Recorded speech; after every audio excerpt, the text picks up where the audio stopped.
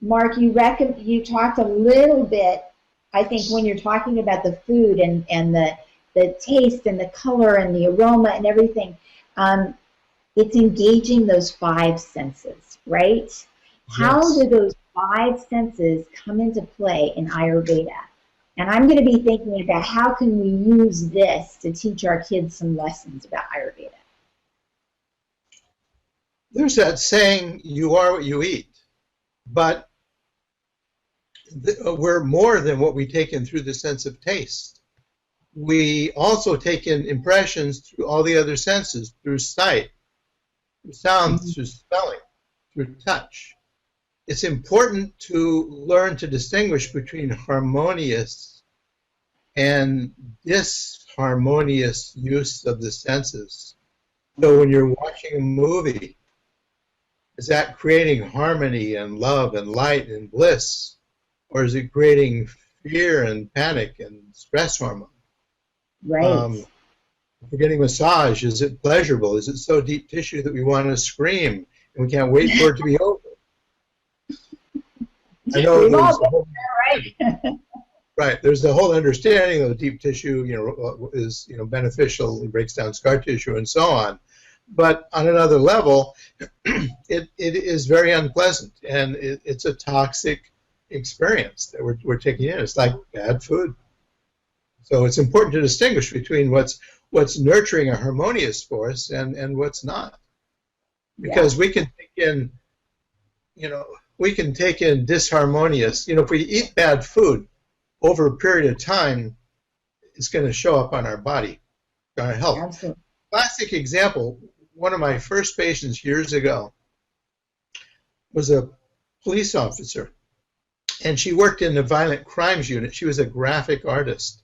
Her job, 24/7, whenever she was called, day or night, middle of eating, movies, whatever, whenever there was a violent crime, she went to the scene and drew it on paper. In other words, she's meditating on that horrible scene. Yeah. And and the emotions and the trauma, and it's very traumatic. And doing this year in and year out had such a toxic effect on her. She had a very severe case of fibromyalgia, which is toxic throughout all the fibrotic and the muscle tissue throughout the body. Right. You think about it. It's on your mind, and you're eating. Those images are flashing back. Right. You're reminding yourself of it. You're writing a report. You're thinking about it. That's a classic example of disharmonious impressions through the sense of sight. And she went out on disability. Probably the worst case of fibromyalgia I'd ever seen. Wow. Yeah, and look at what our kids are looking at when they're playing those violent video games, when they're watching, forget movies, even if we can, monitor what they're seeing at the movies because we're paying for the ticket. There's stuff on TV that shouldn't be on during family hour, and kids are just seeing it anyway, right? So Absolutely. we really have to be diligent as parents. And I just saw something today, a little video on Facebook that somebody posted that I thought was interesting. It was sponsored by a granola bar, of all things. But they talked with 3 different generations. And the grandpa, they said, well, what did you do when you were a kid? How did you play? And the grandpa was like, oh, we played kick the can, and we were playing baseball, we were running around the block, and we went to so-and-so.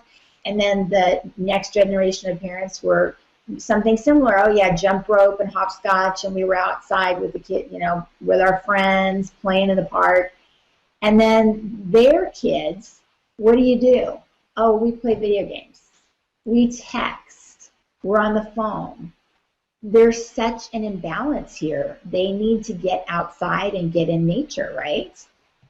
Not long, a few years ago, that hit me so strongly. I was at the gym, and they had a daycare center. There were only 3 children there. One was about 4 or 5, and he was playing on the ground with the woman who was supervising.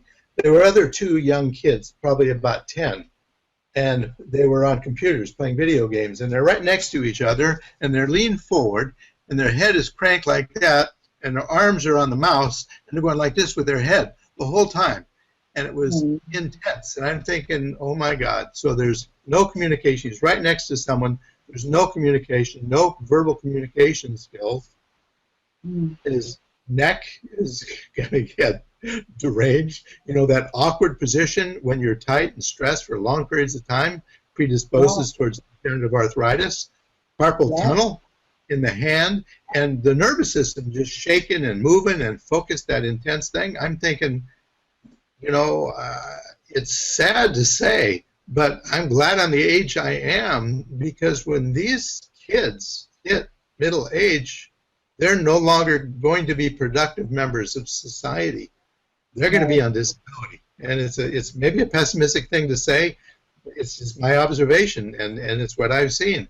They're not going to be able to contribute. They're going to be pulling. They're going to be dependent on others, and it's not a very fulfilling life. And they don't know any better.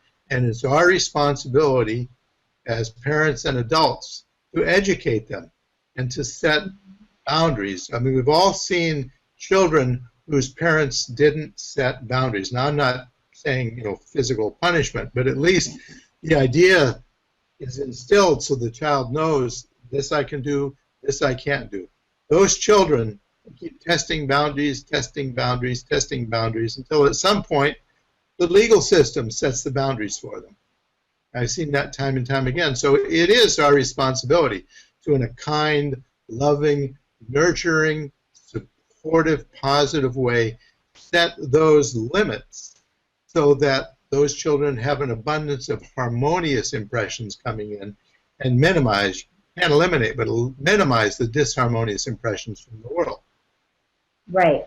And, you know, I think Ayurveda, one great thing I love about Ayurveda is it teaches us about who we are and what we're made of. So if we know that for ourselves as parents, we can help teach our children that.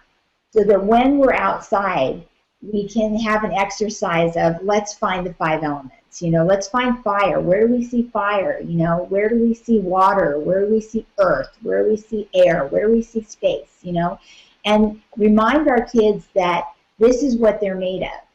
They are the same as all these things in nature. And that the further they get away from nature, the further they're getting away from themselves. And then they forget who they are. Do you think that's a good idea? Absolutely, because those 5 elements make up our physical body, our mind, our emotions. Yeah. Yeah. Vedic knowledge takes it a little further. It may be a little esoteric, but I'm going to say it anyway. We all have physical bodies, we all have minds and emotions. But Vedic knowledge, yoga philosophy, Ayurveda says we are not our physical bodies alone. We are not our mind. We are not our emotions alone.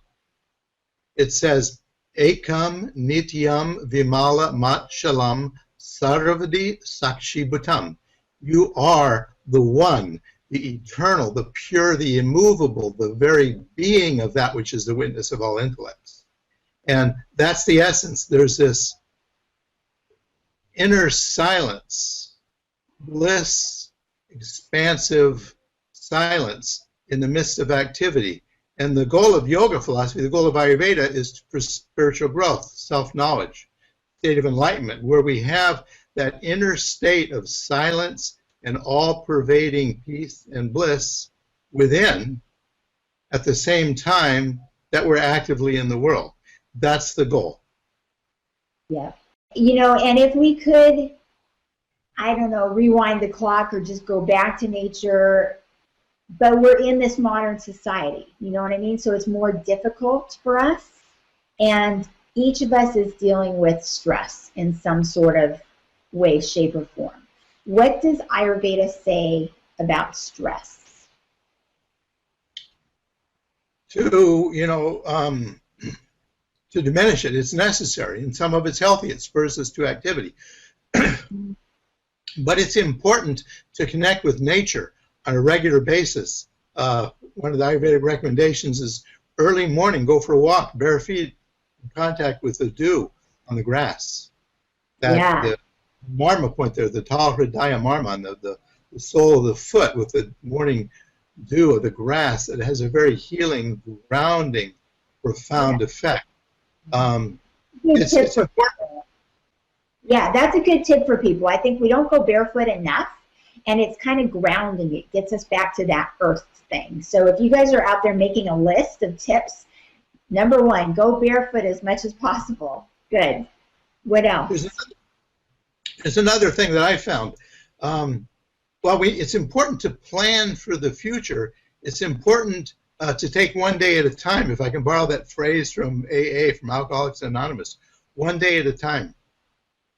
Each morning, write down a list of what you need to focus on and accomplish for that day. Now, distractions occur throughout the day. They always do. But when you have the list, refer back to your list to keep you focused on what's important.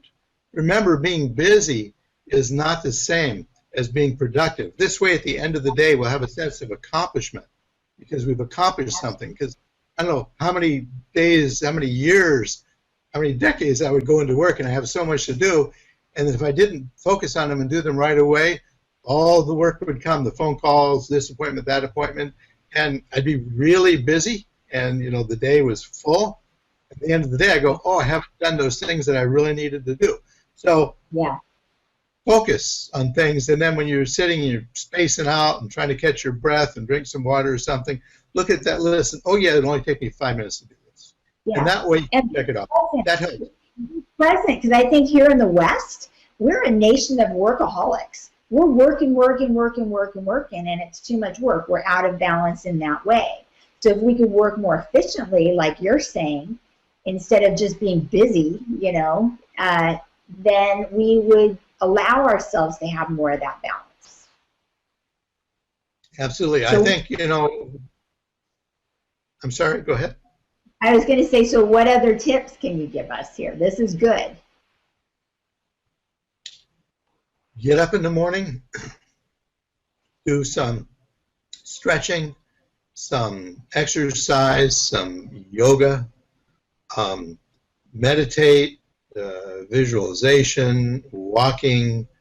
All these things are crucial. If for some reason I sleep in, maybe I stay up too late or I sleep in, and I don't start the day that way, the day just isn't as good. Yeah. It's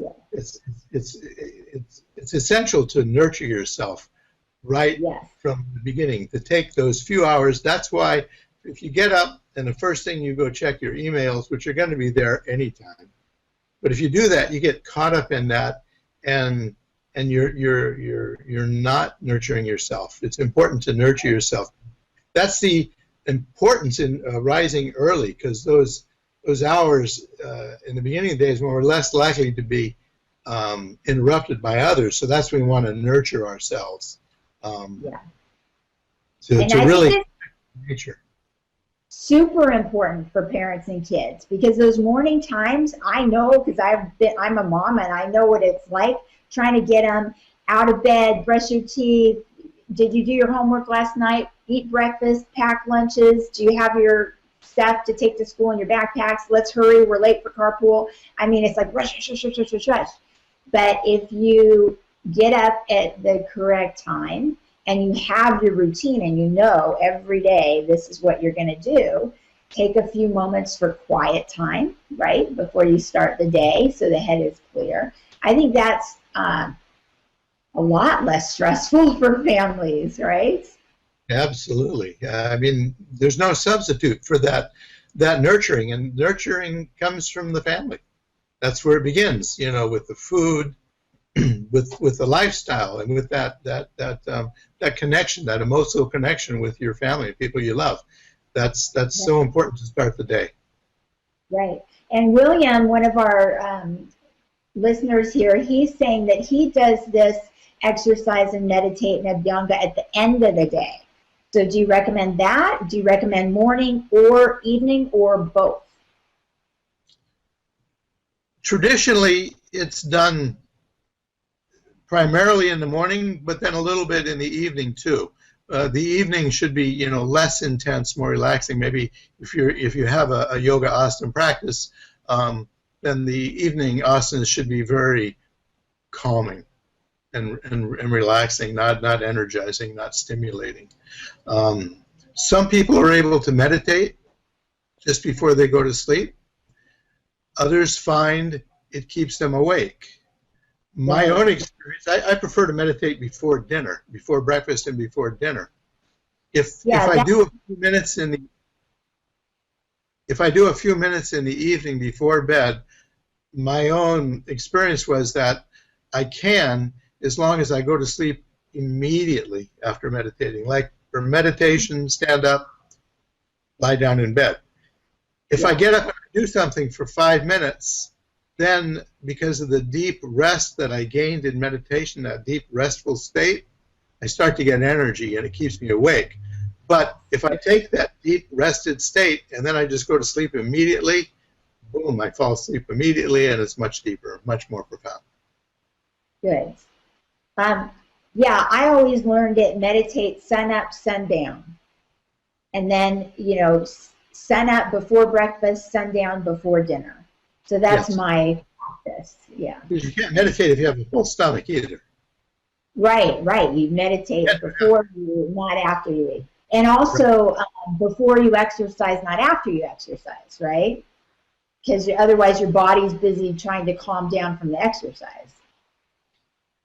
It depends on the exercise. If it's an easy exercise, then I think it can be done before. Okay. But if it's a very hard, stimulating exercise, or if you're an athlete and you're exercising all day long, then you definitely want to meditate before.